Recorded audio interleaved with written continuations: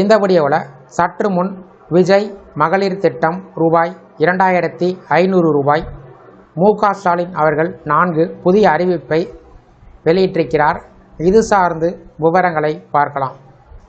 இந்த வீடியோவை தொடர்ந்து பார்க்குறதுக்கு முன்னாடி நம்ம சேனலை இதுவரைக்கும் சப்ஸ்கிரைப் பண்ணாதவங்க இந்த வீடியோக்கு கீழே இருக்க ரெட் கலர் சப்ஸ்கிரைப் பட்டன் அழுத்தி சப்ஸ்கிரைப் பண்ணிக்கோங்க. அப்படியே பக்கத்தில் இருக்கக்கூடிய நோட்டிஃபிகேஷன் பெல் சிம்பலையும் ப்ரெஸ் பண்ணுங்கள். அப்போ தான் நம்ம சேனலில் இதுபோல் வீடியோக்கள் அப்டேட் பண்ணும்போது அதற்கான நோட்டிஃபிகேஷன் உங்களுக்கு உடனுக்குடன் கிடைக்கும்.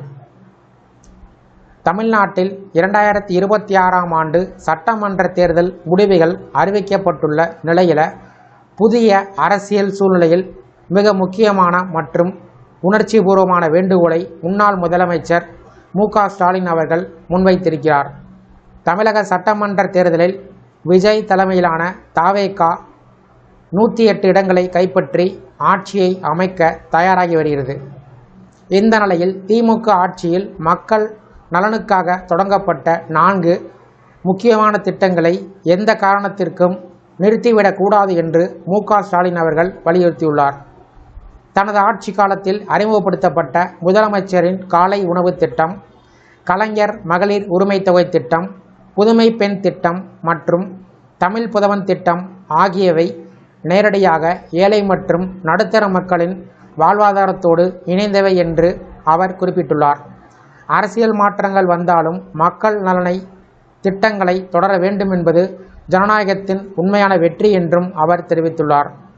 முதலமைச்சரின் காலை உணவு திட்டம் தமிழக அரசு பள்ளி மாணவர்களின் வாழ்க்கையில் மிகப்பெரிய மாற்றத்தை ஏற்படுத்திய திட்டமாக பார்க்கப்படுகிறது. பல ஏழை குடும்பங்களிலிருந்து வரும் குழந்தைகள் காலை உணவு இல்லாமல் பள்ளிகளுக்கு செல்லும் நிலை மாற்றுவதற்காக இந்த திட்டம் கொண்டு வரப்பட்டது.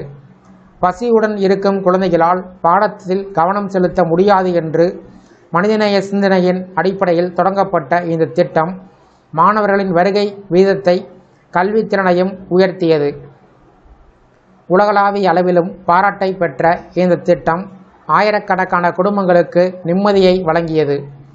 அதனால் ஆட்சி மாறினாலும் குழந்தைகளின் பசியை தீர்க்கும் இந்த திட்டம் ஒருபோதும் நிறுத்தப்படக்கூடாது என்று ஸ்டாலின் உணர்ச்சியுடன் கேட்டுக்கொண்டுள்ளார். அதேபோல கலைஞர் மகளிர் உரிமை தொகை திட்டம் திமுக ஆட்சியின் மிக முக்கியமான சமூக நலத்திட்டமாக கருதப்படுகிறது. குடும்ப தலைவிகளுக்கு மாதந்தோறும் ரூபாய் 1000 வழங்கும் இந்த திட்டம் பெண்களின் பொருளாதார சூழ்நிலையை உயர்த்தும் முயற்சியாக அமைந்தது. தேர்தல் பிரச்சாரத்தின் போது விஜய் மாதம் ரூபாய் 2500 வழங்குவதாக அறிவித்திருந்தாலும் தற்போதைய பொருளாதார சூழ்நிலையில் அது நடைமுறையில் சாத்தியமா என்பது குறித்து ஸ்டாலின் கேள்வி எழுப்பியிருக்கிறார். அதனால் புதிய வாக்குறுதிகள் நடைமுறைக்கு வரும் வரையில் காத்திருக்காமல் ஏற்கனவே வழங்கப்பட்டு வரக்கூடிய ரூபாய் 1000 உதவித்தொகையாவது தடையின்றி தொடர வேண்டுமென்று அவர் வேண்டுகோள் விடுத்துள்ளார். இந்த தொகை பல ஏழை பெண்களின் அன்றாட வாழ்க்கை செலவுகளுக்கு பெரும் ஆதரவாக உள்ளது என்று அவர் சுட்டிக்காட்டியுள்ளார்.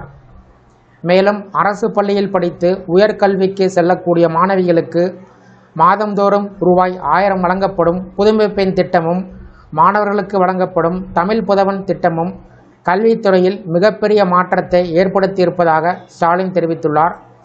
இந்த திட்டத்தின் மூலம் பொருளாதார ரீதியாக பின்தங்கியுள்ள மாணவர்கள் மற்றும் மாணவிகள் தங்கள் கல்லூரி கல்வியினை இடைநிறுத்தாமல் தொடர முடிகிறது. குறிப்பாக பெண்கள் உயர்கல்விகளுக்கு செல்லும் எண்ணிக்கை அதிகரிக்க புதுமை பெண் திட்டம் பெரும் பங்காற்றியிருப்பதாகவும் தமிழ் புதவன் திட்டம் மாணவர்களுக்கு சம வாய்ப்பை வழங்கியிருப்பதாகவும் அவர் கூறியுள்ளார்.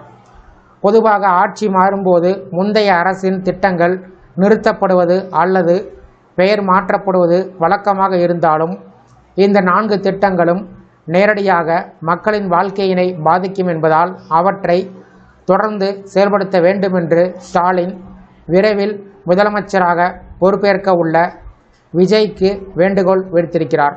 இந்த வீடியோ குறித்த உங்களுடைய கருத்துக்களை கமெண்ட் செக்ஷனில் காமெண்ட் பண்ணுங்கள். இந்த வீடியோ பிடிச்சிருந்தா வீடியோக்கு ஒரு லைக் பண்ணுங்கள். இந்த வீடியோவை உங்களுடைய நண்பர்கள் உறவினர்களுக்கும் ஷேர் பண்ணுங்கள். நன்றி.